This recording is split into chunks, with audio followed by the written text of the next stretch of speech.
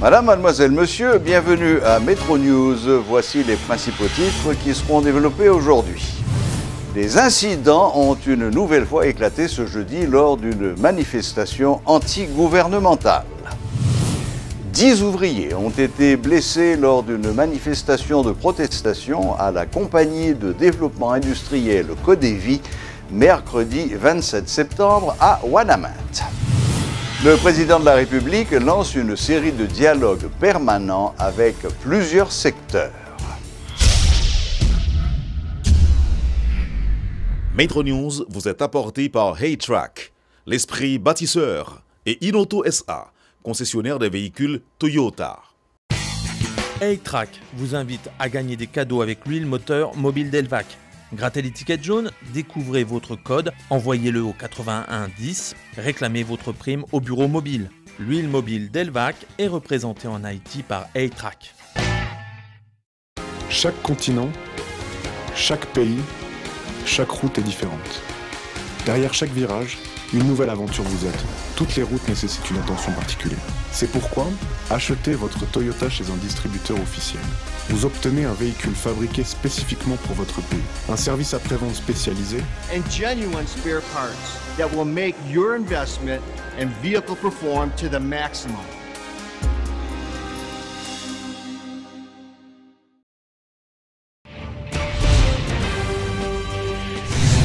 Le chef de l'État haïtien, Jovenel Moïse, s'est entretenu mercredi au Palais national avec les dirigeants de la Conférence épiscopale d'Haïti. Cette première rencontre s'inscrit dans le cadre du dialogue permanent que le président entend engager avec les secteurs vitaux de la société haïtienne. Le chef de l'État a abordé avec les représentants du clergé catholique les principaux thèmes liés à l'actualité sociopolitique du pays et envisagé avec eux les pistes de collaboration en vue de faciliter l'établissement d'un climat propice au développement socio-économique d'Haïti. Le chef de l'État a également rencontré les maires des différentes communes du pays ce jeudi au centre de convention de la BRH. Une rencontre qui s'inscrit elle aussi dans le cadre du dialogue permanent initié par le président de la République et qui était prévu bien avant le lancement de la grève des maires en début de semaine. Il y a un président Fenamnan qui parlait de CFPBA qui sortit de 15 à 10%. Ça veut dire, si nous comprenons, c'est un coup La Fontaine d'Île, c'est le meunier, son fils et l'âne. Il y a l'autre monde qui a dit taxe trop haut. Mais voilà-t-il, nous comprenons que la collectivité a dit la loi ne peut pas permettre qu'il y ait une taxe nous retirer là-dedans. Ça veut dire qu'il y a une taxe qui est trop bas. Ça veut dire que dans le budget, il y a une taxe qui est trop haut.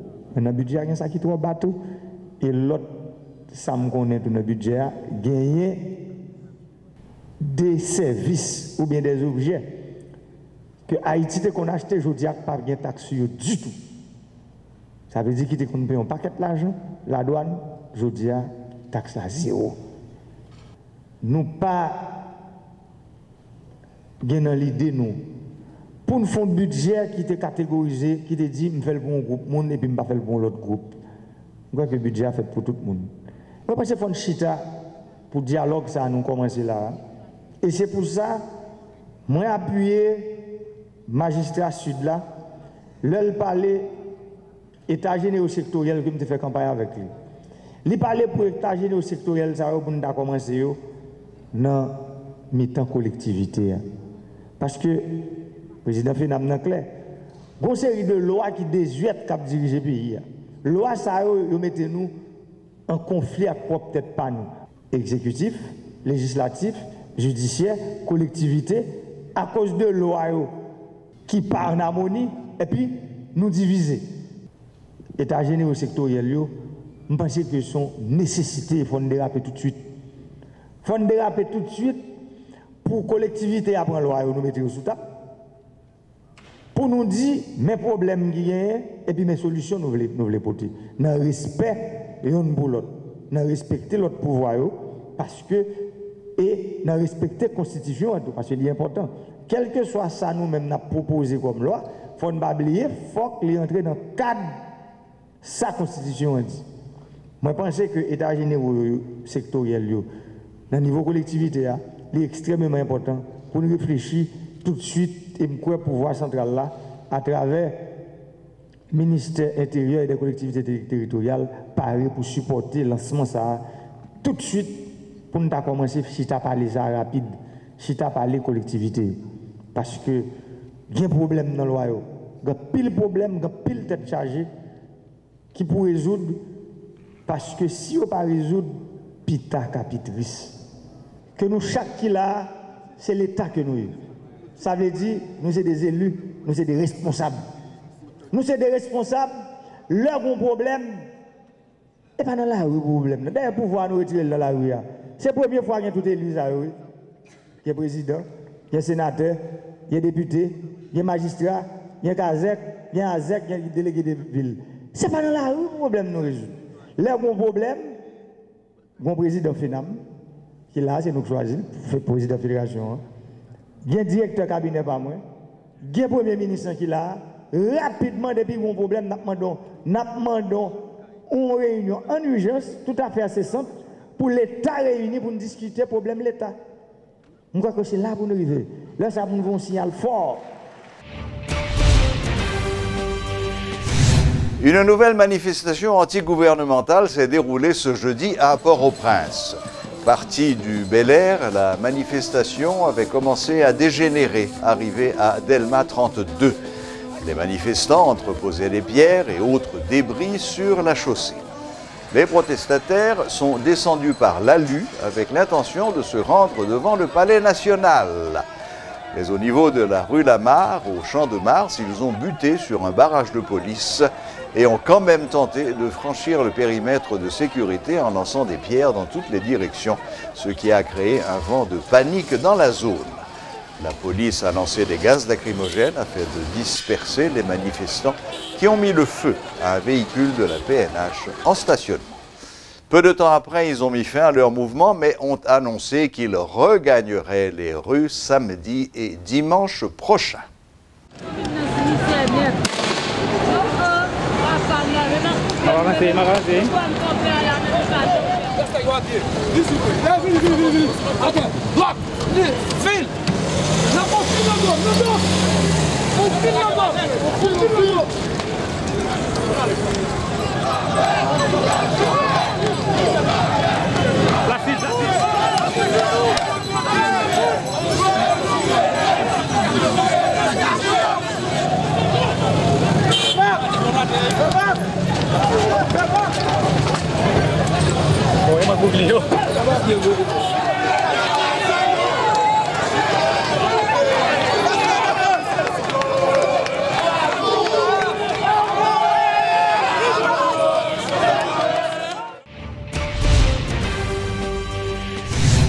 Les ouvriers du secteur textile lancent la mobilisation contre les nouvelles taxes dans la loi de finances 2017-2018. Environ 10 d'entre eux ont été blessés lors d'une manifestation de protestation à la compagnie de développement industriel Codevi mercredi 27 septembre à Ouanaminthe. L'incident serait survenu lors de l'intervention des forces de l'ordre qui ont fait usage de gaz lacrymogène afin de disperser les manifestants. 2 d'entre eux ont été appréhendés aux abords de l'annexe de la Direction générale des impôts de Ouanaminthe. Les ouvriers de la Codevi exigent le retrait des nouvelles taxes totalisant 13% de leur salaire. Parmi les 13% de taxes que veulent prélever la DGI, 10% seraient pour l'impôt sur le revenu, 1% pour la caisse d'assistance sociale, 1% pour le fonds d'urgence et 1% pour le fonds des collectivités territoriales, explique le coordonnateur du syndicat ouvrier de Codevi de Ouanaminthe, Reynald Pierre Rémy. Les ouvriers dénoncent l'attitude des autorités qui n'avaient accordé qu'un ajustement de 15 gourdes aux ouvriers. Le prélèvement des nouvelles taxes sera effectif à partir de la première semaine d'octobre avec l'entrée en vigueur du nouveau budget. Les responsables de la Codevi ont informé que ces taxes seront perçues à partir du vendredi 6 octobre 2017. Il s'agira du premier prélèvement de taxes à la Codevi depuis 13 ans. La manifestation a été organisée par des organisations syndicales, dont la Centrale nationale des ouvriers haïtiens, plateforme syndicale Usine Textile Bataille Ouvrier et le groupement syndical des travailleurs du textile pour la réexportation assemblage. Le droit de grève au sein de l'administration publique n'est régi par aucune loi. C'est ce qu'a fait savoir Maître Patrick Laurent, qui était invité à la rubrique Le Point ce jeudi. Au moment où les juges menacent de se mettre en grève, le consultant juridique de Télémétropole, se référant à la loi sur la magistrature, a précisé qu'il est interdit aux magistrats d'entreprendre des actions susceptibles d'entraver le cours de la justice. Le droit de grève est reconnu dans les limites déterminées par la loi. Donc ça veut dire que la Constitution ne traite pas de la grève, mais elle dit que ce droit est reconnu dans les limites déterminées par la loi. Au niveau des statuts de la fonction publique, l'article 151, la liberté d'association et le droit syndical sont garantis aux fonctionnaires pour la défense de leurs droits et les conditions prévues par la loi.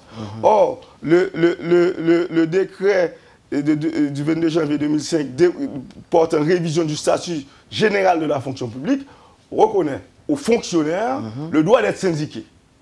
Or, on sait que le droit de la grève, parce que la grève, c'est une arme efficace pour les syndicats. Mais en fait, à part de l'article 151, qui reconnaît aux fonctionnaires de s'associer, de former des syndicats, mais il n'y a pas de texte qui régisse, qui réglemente le droit de la grève. Donc, ce qui veut dire, pour les fonctionnaires,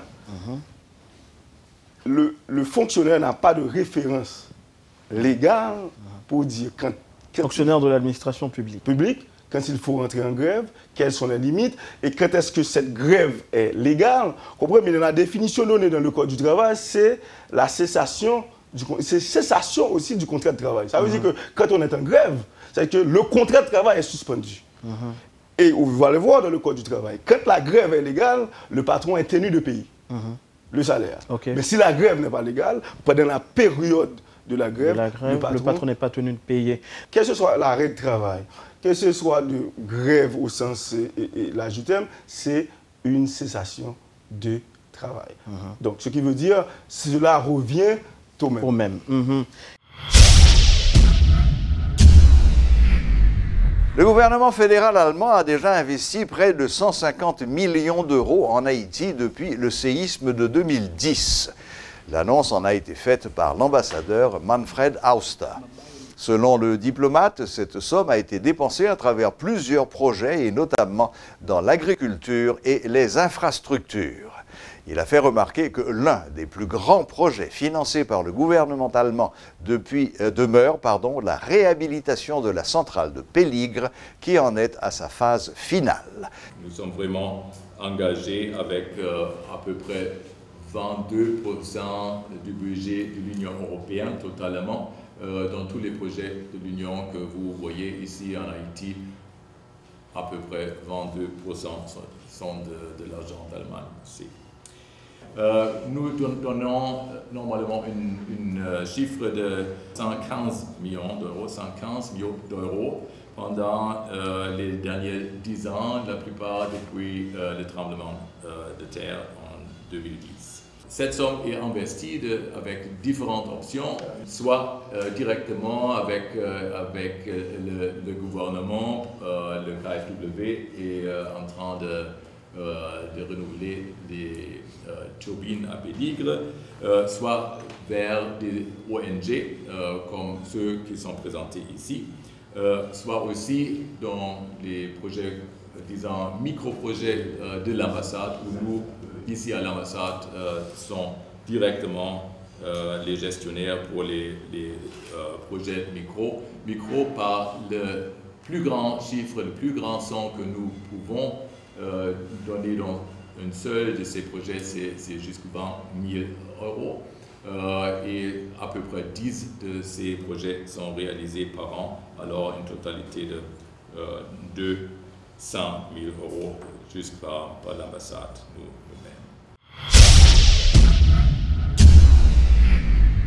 World Vision Haiti a organisé un atelier national sur la migration haïtienne dans les pays de la Caraïbe et des Amériques. Cette séance de travail avait pour objectif d'apporter des pistes de solutions aux problèmes de l'intégration des populations à risque et notamment les enfants. Suivez les explications de Flore Marie-Laurent, directrice nationale AI de World Vision Haiti. L'intérêt World Vision dans la question de migration, c'est surtout, comme nous connaissons, World Vision travaille dans le bien-être de tout. Et tout ça qui est capable d'atteindre le bien-être de nous intervenons là-dedans. Et la question de migration, c'est une question qui est capable de séparer les familles, qui est capable de mettre un pile problème pour tout le monde, qui est capable de créer un pile problème pour tout le monde. Et les familles ont déplacé comme ça, certaines fois, le plus souvent, ils ne peuvent pas déplacer avec tout le monde. Et ça, ils fait quitter tout le monde quand ils ont une famille, ou bien tout le monde rentre dans la domesticité. Et c'est une question qui est soulevée dans World Vision. Et c'est peut-être ça que la question de migration interpeller nous et que ça fait que nous créons une plateforme ça, de manière à ce que nous soyons capables de mettre tout le monde ensemble, mettre voix nous ensemble et pour nous capables de gagner venir avec des solutions à la fin de l'atelier, que nous allons venir avec des propositions de solutions et ces propositions de solutions, nous allons discuter justement avec les parlementaires, avec les institutions étatiques qui concernent les problèmes migratoires. Et de là, ensemble, nous allons regarder comment nous sommes capables de faire l'autre discussion pour nous regarder est-ce que les solutions sont capables de venir aux réalités. Bien entendu, nous connaissons que ce n'est pas un bail qui va le résoudre demain matin, parce que les solutions, nous avons des propositions de solutions, mais sont tout au processus que la pied et nous connaissons qu'ensemble, si nous voulons ensemble, nous sommes capables de réaliser de grandes choses. Voilà, la boucle est bouclée. Merci de votre fidélité et à la prochaine, même heure, même chaîne.